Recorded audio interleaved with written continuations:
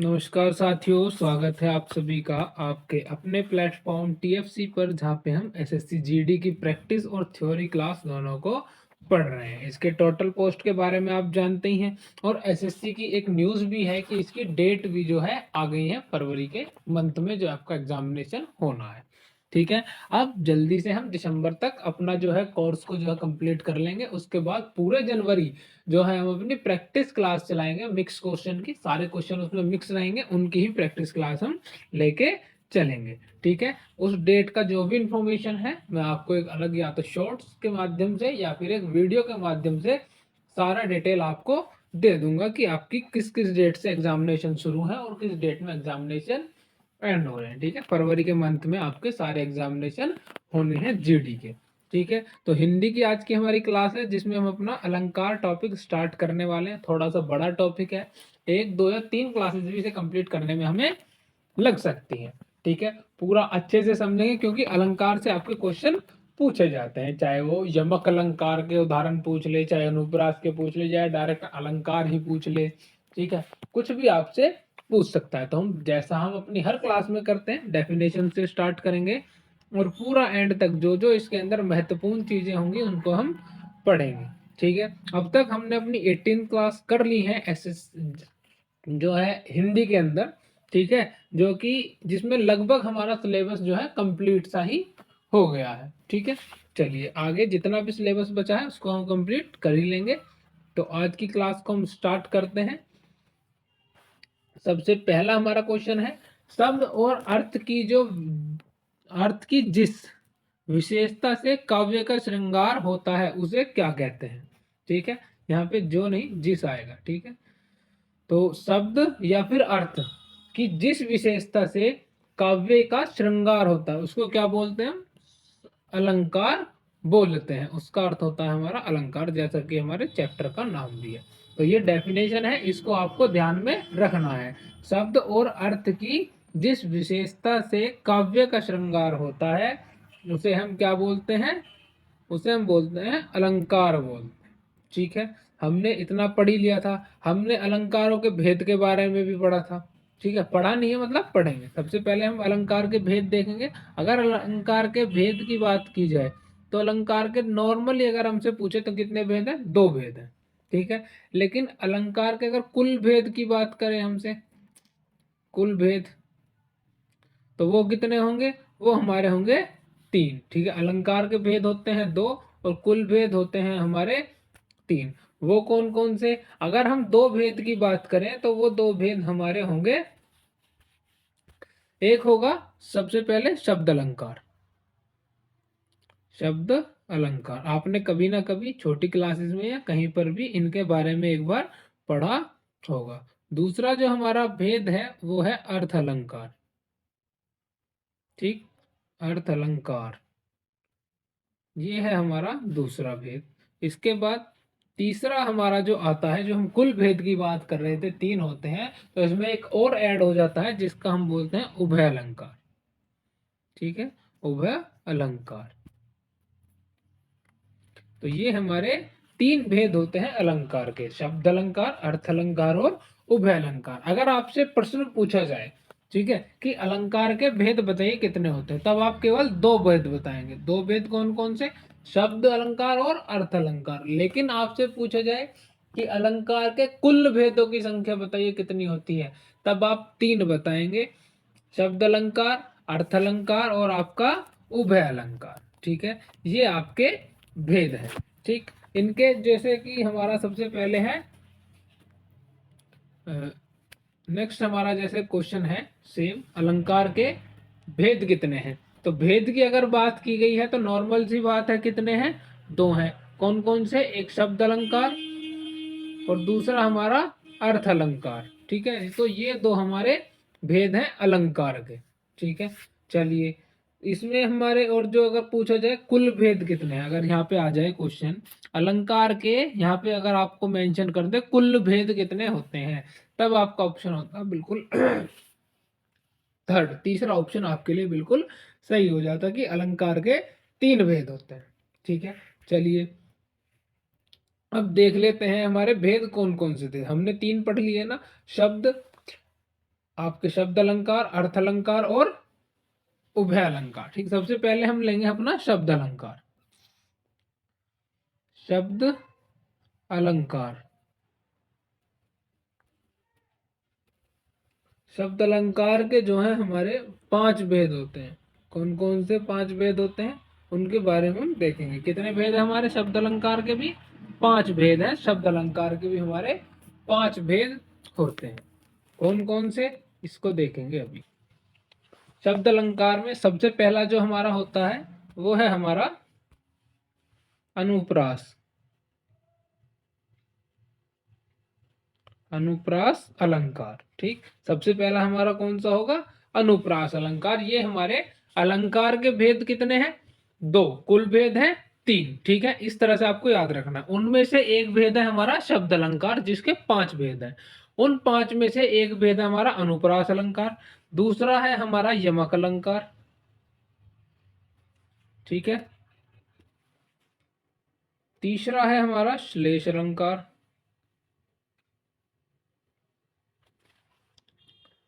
चौथा है हमारा वक्रोक्ति अलंकार।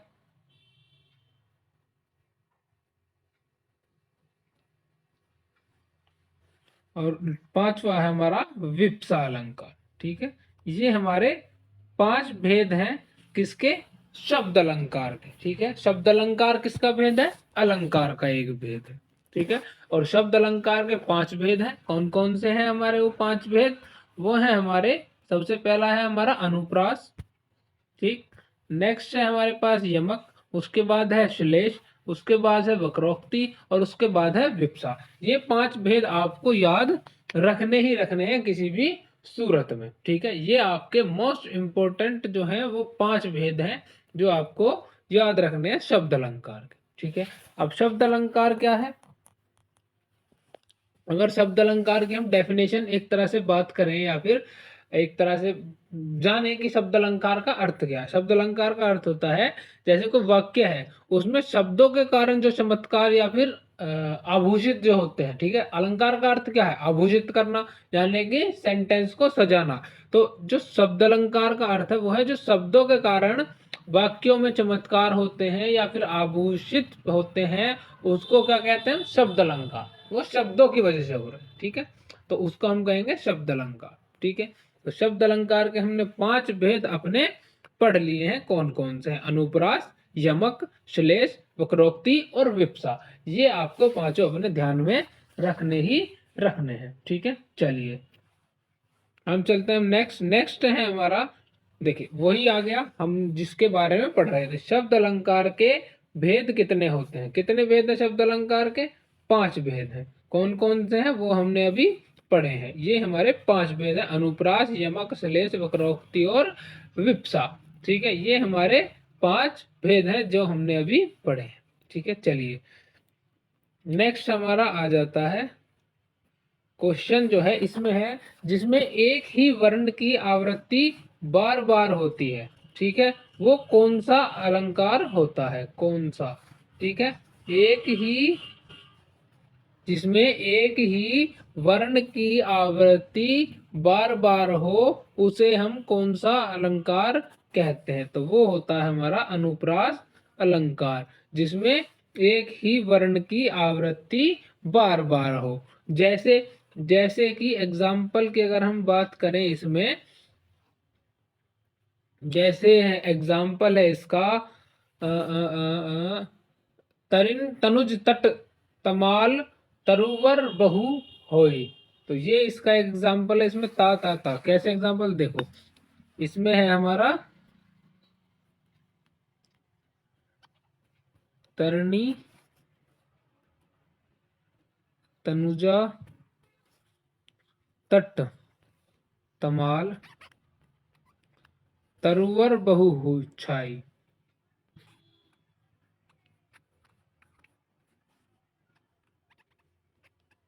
ठीक है, इस तरह से हमारा एग्जाम्पल। तो इसमें किसकी आवृत्ति बार बार होती है?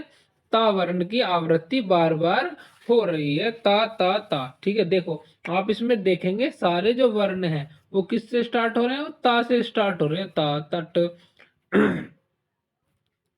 तमाल, ठीक है, तरुवर। तो ये जितने भी वर्ण है किससे की स्टार्टिंग हो रही है, ता। बार बार आवृत्ति किसकी आ रही है, ताकि। डेफिनेशन भी क्या कह रही है, जिसमें एक ही वर्ण कौन सा हो गया, ता हो गया, ताकि आवृत्ति बार बार हो, वह कौन सा अलंकार होगा, अनुप्रास अलंकार होगा। ठीक है, चलिए नेक्स्ट है हमारा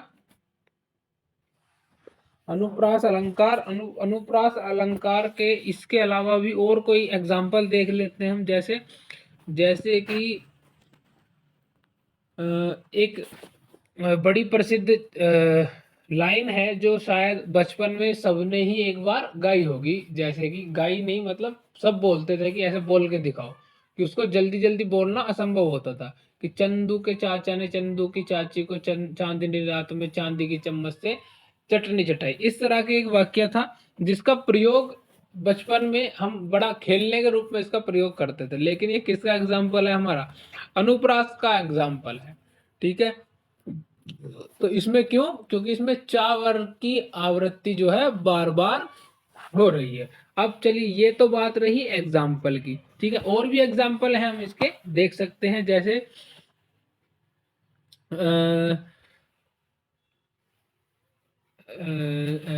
एक सॉन्ग है जैसे रघुपति राघव राजा राम, ठीक है, जिसमें रा शब्द की आवृत्ति बार बार हो रही है। ठीक है, ये 3-4 एग्जाम्पल है। ऐसे ही आप एग्जाम्पल अपने आप भी बना सकते हैं, या फिर आपको ऐसी कोई लाइन याद हो, कोई गाने की लाइन हो जिसमें एक ही वर्ण की आवृत्ति क्या हो रही हो, बार बार रिपीट हो रही हो। ठीक है, तो वो किसका होगा, वो हमारा अनुप्रास का होगा, अनुप्रास अलंकार।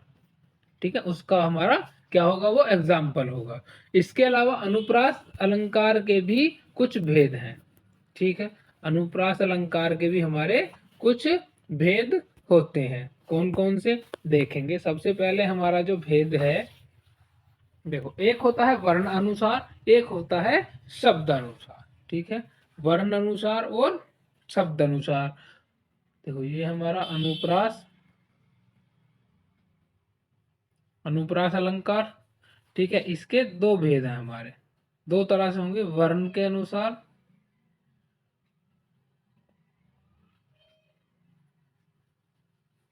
ठीक है, दूसरा हमारा होगा शब्द अनुसार।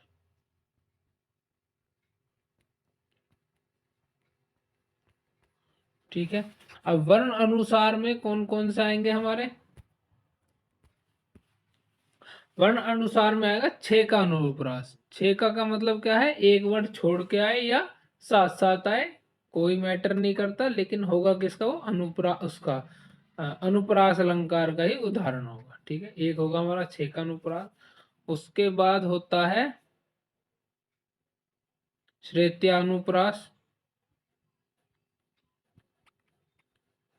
ठीक है, नेक्स्ट होगा इसका एक ये अभी वर्ण अनुप्रास के ही एग्जाम्पल हमारे चल रहे हैं, जितने भी लाल पेन से लिखे हुए हैं। ठीक है, उसके बाद होगा हमारा वृत्यानुप्रास।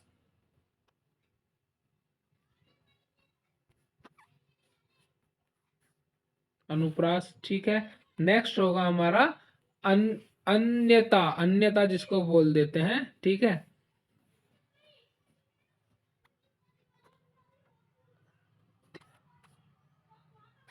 अनुप्रास। ठीक है, और एक हमारा शब्द अनुप्रास का होता है लाटा अनुप्रास। अगर शब्द अनुप्रास की बात करें हम, तो इसका एक एग्जाम्पल होता है केवल लाटा अनुप्रास।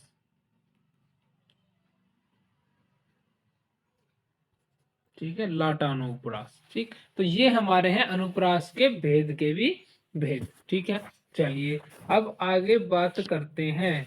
जैसे कि हमने अनुप्रास में अभी पढ़े थे कि तरुणी तनुज तट तमिल ताता ता वर्ण की आवृत्ति बार बार है। चंदू के चाचा ने चंदू की चाची को चांदनी चौक में चांदी की चम्मच से चटनी चटाई। इसमें चा जो वर्ण है उसकी बार बार आवृत्ति है। इसके अलावा जैसे रघुपति राघव राजा राम, ठीक है, इसमें रा वर्ण की बार बार आवृत्ति हो रही है। ठीक है, उसी प्रकार इसके भेद भी हैं, जिसको हम जैसे देखेंगे। नेक्स्ट है हमारा, जैसे हमने देखा अभी, कानन कंठिन भयंकर भारी। तो इसमें का और का वर्ण की क्या हो रही है, और जो आवृत्ति है वो बार बार हो रही है। ठीक है, कैसे हो रही है, एक साथ है ये, एक छोड़ के भी हो सकती थी। जैसे कि एक आपने एक एग्जाम्पल है इसका, याद नहीं आ रहा, हाँ, चौदहवीं का चांद हो या आफताब हो, कैसे होगा वो देखो।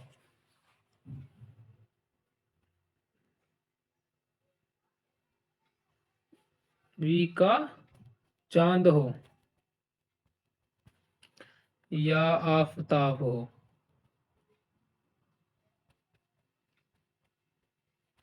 ठीक है, तो इसमें चा पहले आ गया, लेकिन यहाँ पे का आ गया, यहाँ चा आ गया, तो छह का अनुप्रास का अर्थ क्या होगा कि या तो एक छोड़ के भी आ जाए या साथ साथ में भी आ जाए। ठीक है, एक वर्ण की जो है वो दो बार आएगा, चाहे लगातार आए चाहे एक छेक कर आ जाए। ठीक है, छह का अनुप्रास में क्या होगा, एक जो वर्ण है वो दो बार आएगा। ठीक है, देखो इसमें का और का एक साथ आ गया, ठीक है, दो बार आया।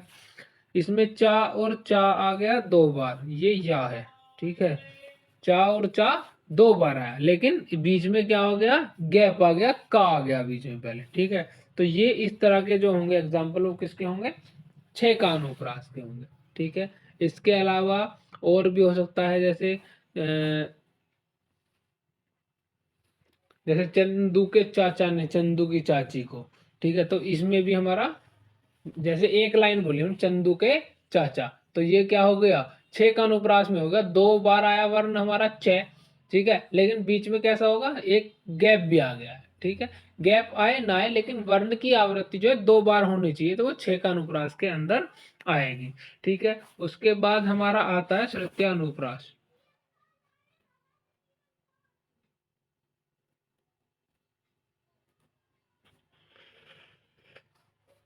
अब ये क्या है, ऐसे शब्द जिनका उच्चारण स्थान एक हो।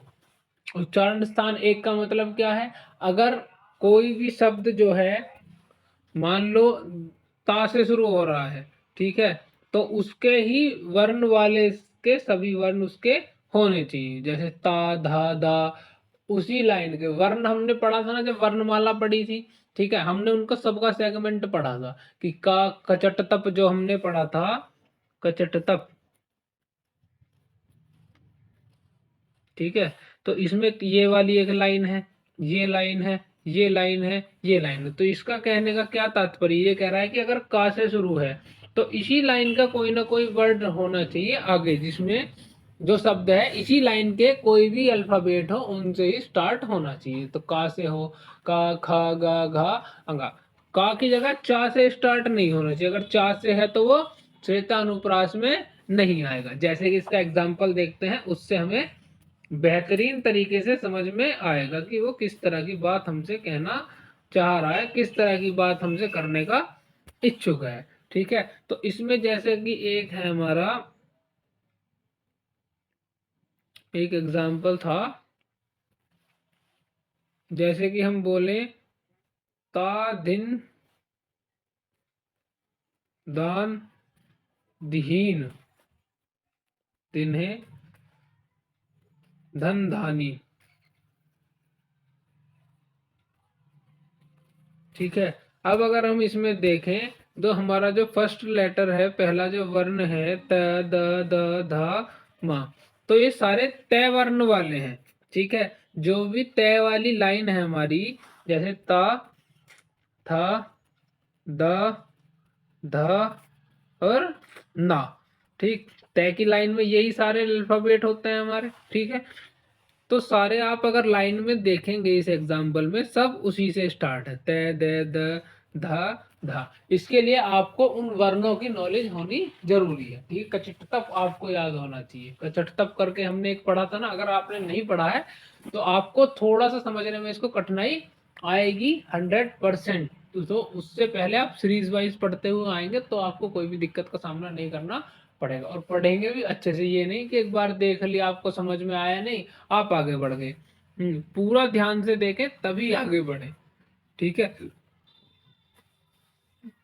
तो हमारी जो अल्फाबेट की सीरीज है वो अवेलेबल है, पूरी क्लासेस भी अवेलेबल है। अगर आप इसी की सीरीज को देखेंगे तो सबसे जो पहली क्लास होगी वो हमारी शायद वर्णमाला ही है। उसके अंदर हमने सब कुछ, ये सब जितने भी हमारे जो वर्ण है इनके बारे में सब कुछ हमने डिस्कस किया हुआ है उस क्लास के अंदर। तो वहां पे जाके आप अपना देख सकते हैं किस तरह से ये चीजें काम करती है। ठीक है, चलिए नेक्स्ट जो एग्जाम्पल हमने पढ़ा था वो था हमारा वृत्यानुप्रास। चलिए इसको एक बार रब कर लेते हैं, फिर हम अपना देखेंगे वृत्यानुप्रास के एग्जाम्पल या वृत्यानुप्रास क्या कहता है।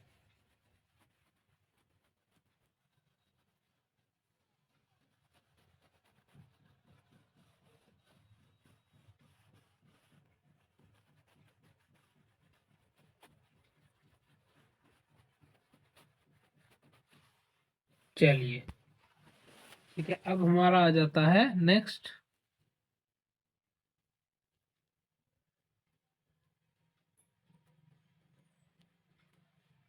ठीक है, इसके बारे में हम जानेंगे क्या महत्वपूर्ण बातें हैं। देखिए अलंकार जो है, अनुप्रास के सभी उदाहरण, जितने भी अनुप्रास अलंकार के उदाहरण है वो सब किसके होंगे? वृत्य अनुप्रास के उदाहरण होंगे। जैसे धीरे धीरे से मेरी जिंदगी में आना, ठंडे ठंडे पानी से नहाना चाहिए। ठीक है, जितने भी अनुप्रास, जो अनुप्रास अलंकार है उसके जितने भी एग्जाम्पल होंगे वो सारे वृत्य अनुप्रास के अंदर आएंगे। ठीक है, ठीक है, इतनी बात क्लियर है। जैसे कि इसके एग्जाम्पल लिख लें हम, जो एग्जाम्पल हमने उसमें लिखे थे आप उनको ही इसमें नोट डाउन कर सकते हैं। अनुप्रास के, अनुप्रास अलंकार के जो मेन एग्जाम्पल होते हैं वो ही सेम इसके एग्जाम्पल होंगे। ठीक है, चलिए, ठीक है, चलिए अब हमारा नेक्स्ट जो आ जाता है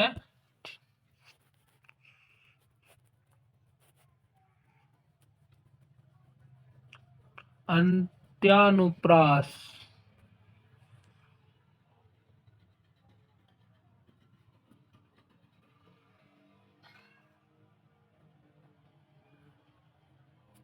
ठीक है, तो ये जो एग्जाम्पल है इसमें जैसे देखेंगे अंत में तुक बनता है इसमें।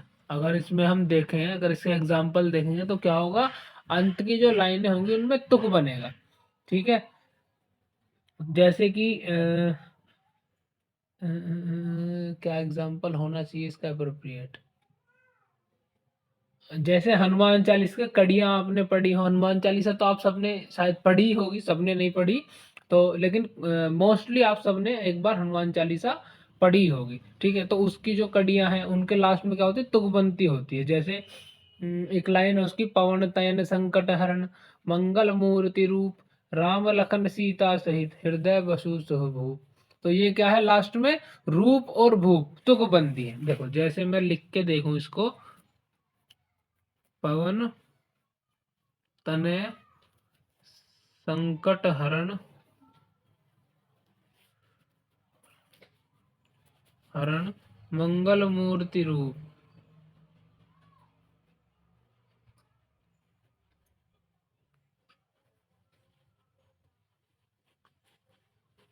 राम लखन सीता सहित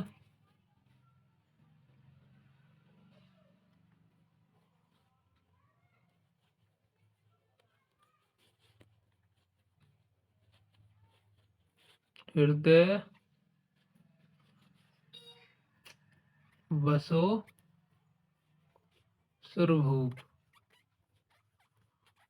तो इनमें क्या हो रही है, तुकबंदी चल रही है लास्ट में। ठीक है, तो ये क्या है, ये हमारी यहाँ और यहाँ रूप और भूप। तो इस तरह की तुकबंदी जहां भी आपको दिखाई दे वो आपकी इस अनुप्रास का एग्जाम्पल होगा। ठीक है, और इसका एग्जाम्पल हो सकते हैं, ठीक है, जितने भी तुकबंदी वाले हैं आप उनमें देख सकते हैं, जितनी भी कड़ियां आपकी हनुमान चालीस का है। ठीक है, और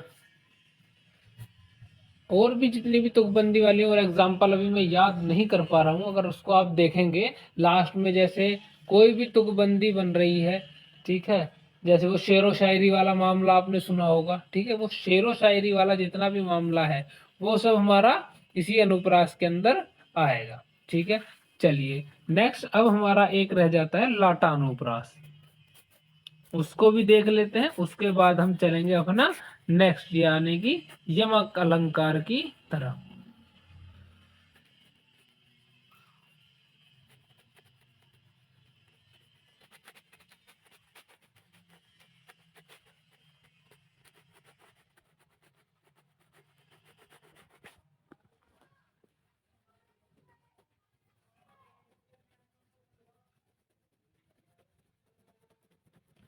चलिए अब आ जाता है हमारा लाटा। लाटा अनुप्रास, लाटा अनुप्रास अलंकार क्या है? इसमें क्या होगा, जैसे एक पंक्ति आई और उसके बाद दोबारा वही पंक्ति पूर्ण रिपीट होगी। ठीक है, एक पंक्ति आएगी और वही पंक्ति दोबारा रिपीट होगी, लेकिन उसमें थोड़ा सा डिफरेंस होगा उसके अर्थ में। ठीक है, उसका अर्थ पलट जाएगा। जैसा कि एक और एग्जांपल आपके बचपन में ही चलते हैं दोबारा से। बचपन में एक सीरियल आता था अकबर बीरबल करके, कॉमेडी सीरियल। ठीक है, उसमें मोटा सा अकबर बना दिया गया था। ठीक है, तो उसमें एक एपिसोड था, उसमें वो बोर्ड पे कुछ लिखता है कि उसको रोको, मत जाने दो। ठीक है, लेकिन बीरबल क्या करता है, उसमें एक कोमा लगा देता है, जो कोमा लगा होता है आगे उसे थोड़ा सा पीछे कर देता है, तो क्या हो जाता है, उसको रोको मत जाने दो। सेंटेंस क्या लिखवाया था अकबर ने कि उनको रोको मत जाने दो। तो उन्होंने मत के पीछे से कोमा हटाया और रोको के पीछे लगा दिया, तो वो क्या होगा, उनको रोको मत जाने दो। ठीक है, तो जितने भी फरियाद लेके आते थे वो वापस जाते थे, बीरबल उनसे पैसा कमा के वो अकबर को दिखाता था कि ऐसे एक कोमा का भी इतनी बड़ी वैल्यू होती है। तो इसी तरह के जितने भी होंगे वो सब किस में आएंगे, हमारे लाटानुप्रास में। जैसे कि एग्जाम्पल देखें, अगर एग्जाम्पल यही अकबर बीरबल वाला देख लेते हैं, देखो उसे रोको मत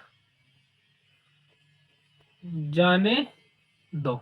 ठीक है, एक तो हमारा ये सेंटेंस हो गया। अब इसी को मैं रिपीट करता हूँ, उसे रोको मत, यहाँ पे मैंने कोमा लगा दिया। ठीक है, तो आप यहाँ पे विराम लेंगे, उसे रोको मत जाने दो। फिर मैंने लिख दिया उसे रोको मत जाने दो। ठीक है, तो ये हमारे दो एग्जाम्पल हो गए। ठीक है, लेकिन दोनों के जो मीनिंग है वो बिल्कुल डिफरेंट हो गए। इसमें क्या कहना चाह रहा है, उसे रोको मत, मतलब जो भी कोई आ रहा है उन्हें रोकिए मत, उन्हें जाने दीजिए। लेकिन सेकंड लाइन का अर्थ क्या हो गया, जो भी कोई आ रहा है उन्हें रोको, जाने मत दो उन्हें। ठीक है, तो ये हमारे होंगे लाटानुप्रास के एग्जाम्पल। ठीक है, तो जितने भी इस तरह के एग्जाम्पल हैं वो सब किस में आएंगे, हमारे लाटनु, जिनमें क्या हो, पुनरावृत्ति हो सेंटेंस की, लेकिन अर्थ अलग होगा। ठीक है, चलिए ये थे हमारे किसके, अलंकार के, अनुप्रास अलंकार के जो जितने भी एग्जाम्पल थे, जितने भी हमारे भेद थे, उन सब के एग्जाम्पल। ठीक है, तो इसी तरह से आपको इनको ध्यान में रखना ही रखना है। ठीक है, चलिए नेक्स्ट हमारा क्वेश्चन जो आ जाता है वो आ जाता है, कनक कनकते सोगुनी मदकात अधिकाय। ठीक है, तो ये कौन सा अलंकार है? ठीक है, अलंकार पूछ रहा है, ये कौन सा अलंकार है? तो कौन सा अलंकार है, अनुप्रास है क्या? नहीं, अनुप्रास हम अभी पढ़ के आए हैं, विप्सा पे भी हम पहुंचे नहीं, श्लेष भी हमने नहीं पढ़ा, यमक भी नहीं पढ़ा। तो ये हमारा यमक अलंकार है। यमक अलंकार क्या कहता है? यमक अलंकार कहता है कि जहाँ पे दो समान शब्द आएंगे लेकिन उनके जो अर्थ है वो कैसे होंगे, अलग अलग होंगे। भाई दो समान शब्द हमें दिख रहे हैं, कनक कनक, ठीक है, और इनके अर्थ जो है वो अलग होंगे। अब यहाँ पे एक कनक का जो अर्थ है वो है, क्या है, वो है सोना। ठीक है, एक कनक का अर्थ है सोना, और दूसरा जो कनक है उसका अर्थ है धतूरा। वही ये कहना चाह रहा है, कनक यानी कि सोना और धतूरा, ठीक है, उनमें ऐसे गुण हैं कि इनके नशे में आदमी हमेशा के लिए डूबा ही रहता है। ठीक है, इन दोनों के नशे में डूब जाता है आदमी। ठीक है, तो कनक कनकते सोगुनी मद का था अधिकाय।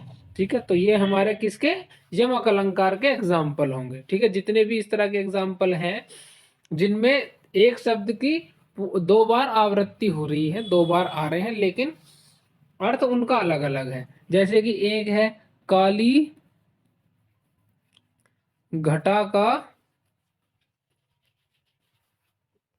घमंड घटा, बहुत पॉपुलर एग्जाम्पल है ये।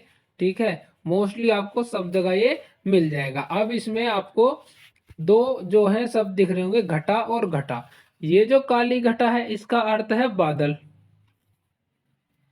ठीक है, और दूसरी जो ये काली घटा है, ये जो घटा है इसका है मतलब होता है कम होना। ठीक है, यानी कि डिक्रीज होना। ये इसका अर्थ क्या है, जो काली घटा थी उसका घमंड क्या हो गया, कम हो गया। ठीक है, तो काली घटा का घमंड घटा।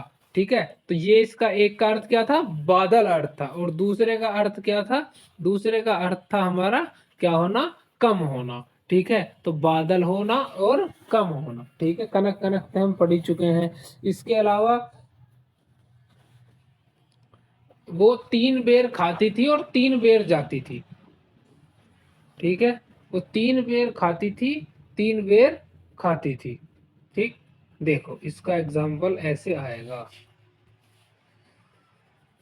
इसको हटाते हैं हम, एक नया एग्जाम्पल और देखते हैं। जितने आप एग्जाम्पल ज्यादा देखेंगे उतना ही ज्यादा आपको क्लियरिटी होगी कि ये, क्योंकि ये थोड़ा कंफ्यूजिंग होता है। ठीक है, थोड़ा सा आप कंफ्यूज हो जाएंगे इसके अंदर कि इसमें भी वही लग रहा है, मुझे तो सारे एक से ही दिखाई दे रहे हैं।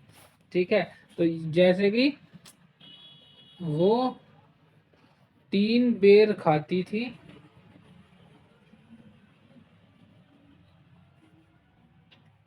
और 3 बेर खाती थी।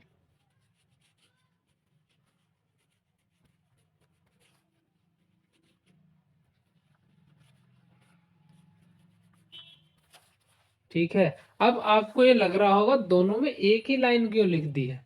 ठीक है, नहीं, यहाँ पे अलग अलग है। यहाँ पे बेर जो है ये क्या है, फल है। लेकिन वहीं अगर यहाँ पे जो बेर को देखें तो ये समय को दर्शाता है, जो हम बोलते थे बार। ठीक है ना, कि 10 बार खाया, 5 बार खाया। तो ये कह रहा है कि 3 बेर खाती थी और 3 ही बेर खाती थी, यानी कि 3 बेर 3 बार खाती थी दिन में। ठीक, तो इस तरह के जो एग्जाम्पल हैं जिनमें एक शब्द 2 बार आए लेकिन दोनों बार उनका जो अर्थ हो वो भिन्न हो, अलग हो। ठीक है, तो वो क्या था, वो क्या होगा हमारा, यमक अलंकार होगा। ठीक है, अनुप्रास पढ़ चुके हैं हम, अनुप्रास के जो जितने भी भेद थे वो पढ़ चुके हैं। ठीक है, ठीक है, एक बार अगर आप चाहें तो उनको रिवाइज भी कर सकते हैं। जैसे कि सबसे पहले हम पढ़े थे अपने अलंकार। अलंकार क्या है, किसी भी वाक्य को आभूषित करने वाले जो शब्द हैं वो हमारे अलंकार हैं। अलंकार के हमने 2 भेद पढ़े थे और 3 भेद पढ़े थे। कैसे कैसे ये भेद हैं, ये कुल भेद थे। ठीक है, तो ये था हमारा 2 भेद। 3 भेद कौन कौन से थे अलंकार के, शब्द, अर्थ और उभय अलंकार। ठीक है, शब्द अलंकार हम पढ़ रहे थे। शब्द अलंकार के हमने 5 भेद और पढ़े थे। कौन कौन से, अभी सारे नहीं पढ़े हैं, अभी इनको पढ़ रहे हैं। ठीक है, अनुप्रास अलंकार, यमक अलंकार, श्लेष अलंकार, वक्रोक्ति अलंकार और विप्सा अलंकार। ठीक है, इनको पढ़ रहे थे हमने। इसमें से अनुप्रास जो है अपना पूरा कंप्लीट कर लिया है और यमक पे हम चल रहे हैं। ठीक है, उसके बाद आ जाते हैं हम अनुप्रास के कुछ एग्जाम्पल पे। जैसे सबसे पहला है अनुप्रास अलंकार। उसमें हमने जैसे कि देखा, एक ही वर्ण की आवृत्ति जो है वो बार बार हो रही है। एक ही वर्ण कितनी बार, बार बार आ रहा है, ये हमारा अनुप्रास अलंकार है। ठीक है, इसके एग्जाम्पल हमने देखे थे, चंदू के चाचा ने चंदू की चाची को चांदनी चौक में चांदी की चम्मच से चटनी चटाई। ठीक, उसके बाद हमने देखा अनुप्रास के कुछ भेद, एक वर्ण अनुसार और शब्द अनुसार। वर्ण अनुसार थे हमारे 4 भेद। ठीक है, छेका अनुप्रास, दूसरा है श्रेत्यानुप्रास, तीसरा है वृत्त्यान अनुप्रास और अंत्यात अनुप्रास। ठीक है, ये हमने इनके बारे में पढ़ा था। ठीक है, लाटा अनुप्रास को हम पढ़ चुके थे। लाटा में क्या है, एक वर्ण जो सेंटेंस है उसको दोबारा लिखा जाएगा, लेकिन उसमें उसका अर्थ क्या होगा, वो थोड़ा सा डिफरेंट हो जाएगा। ठीक है, उसको रोको मत जाने दो, उसको रोको मत जाने दो, इस तरह के सेंटेंस हमारे लाटा अनुप्रास में हमने पढ़े थे। अब हमने अपना यमक पढ़ा है। ठीक है, तो यमक अलंकार में हमने क्या कहा था कि एक वर्ड आएगा लेकिन उनके जो अर्थ होंगे वो अलग अलग होंगे। तो वो जैसे कि काली घटा का घमंड घटा, घटा का अर्थ क्या है, बादल, और घटा का अर्थ क्या होगा, दूसरे घटा का कम होना, कि काली काली बादल का घमंड जो है कम हो गया। ठीक है, इसका अर्थ ये है। ठीक है, तो यमक अलंकार को भी आप ध्यान में रखेंगे। आपसे केवल एग्जाम्पल दिए जाएंगे। ठीक है, आपसे कोई डेफिनेशन वगैरह मोस्टली तो पूछी नहीं जाती है। ठीक है, एग्जाम्पल के बेस से ही आपसे अलंकार में क्वेश्चन पूछे जाएंगे। तो जितना भी ज्यादा हो सकेगा हम अलंकार के एग्जाम्पल्स की प्रैक्टिस करने की पूरी पूरी कोशिश करेंगे। अब भी हमने दो दो तीन तीन चार चार एग्जाम्पल सबके देखे हैं, चाहे वो अनुप्रास के भेद के एग्जाम्पल हो, चाहे हम वो यमक अलंकार के एग्जाम्पल हो। हमने दो तीन एग्जाम्पल यमक के भी देख लिए हैं। जैसे कि और एग्जाम्पल अगर देखना चाहें, जैसे कि एक वो है कि सजना है मुझे सजना के लिए। एक सजना का अर्थ क्या है, अपने आप को सजाना, यानी कि तैयार होना। ठीक है, और एक सजना का अर्थ क्या है, पतिदेव। ठीक है, जो आप पतिदेव होते हैं वो भी तो सजना ही है। ठीक है, तो सजना है मुझे सजना के लिए। तो ऐसे अगर आप अपने एग्जाम्पल को रियल लाइफ में वो करके देखेंगे ना, रियल लाइफ से कंपैरिजन करके देखेंगे, तो आप बड़ी आसानी से ये चीजों को याद रख पाएंगे भाई। ठीक है, यमक अलंकार क्या है, सजना है मुझे सजना के लिए। दो शब्द आया लेकिन दोनों शब्द का अर्थ जो है हर बार अलग होगा। ठीक है, एक सजना का अर्थ क्या होगा, तैयार होना, मेकअप करना जिसको आप बोल देते हैं, और एक सजना होते हैं आपके पतिदेव। ठीक है, जो आपके हस्बैंड है। ठीक, तो इस तरह के ही हमको अपने पढ़ाई जारी रखनी है। ठीक है, आज हम यमक अलंकार पे हैं, नेक्स्ट क्लास में हम यमक अलंकार से आगे चलेंगे। ठीक है, और भी जो इसके एग्जाम्पल हैं उनको देखेंगे यमक के, फिर अपने नेक्स्ट जितने भी श्लेष है, वक्रोक्ति है, ठीक है, इन सब के बारे में जानेंगे, जितना हमारे एग्जामिनेशन के लिए महत्वपूर्ण है। ठीक है, चलिए, बाकी आप अपनी तैयारी अच्छे से करते रहिए, पढ़ते रहिए, और अपनी जो लक्ष्य है उसकी तरफ रोज आगे बढ़ते रहिए। ठीक है, प्रैक्टिस ही आपको आपके लक्ष्य को प्राप्त कराएगी, इस बात को आपको अच्छे से ध्यान रखना है। ठीक है, चलिए मिलते हैं आपसे नेक्स्ट क्लास में, तब तक के लिए धन्यवाद।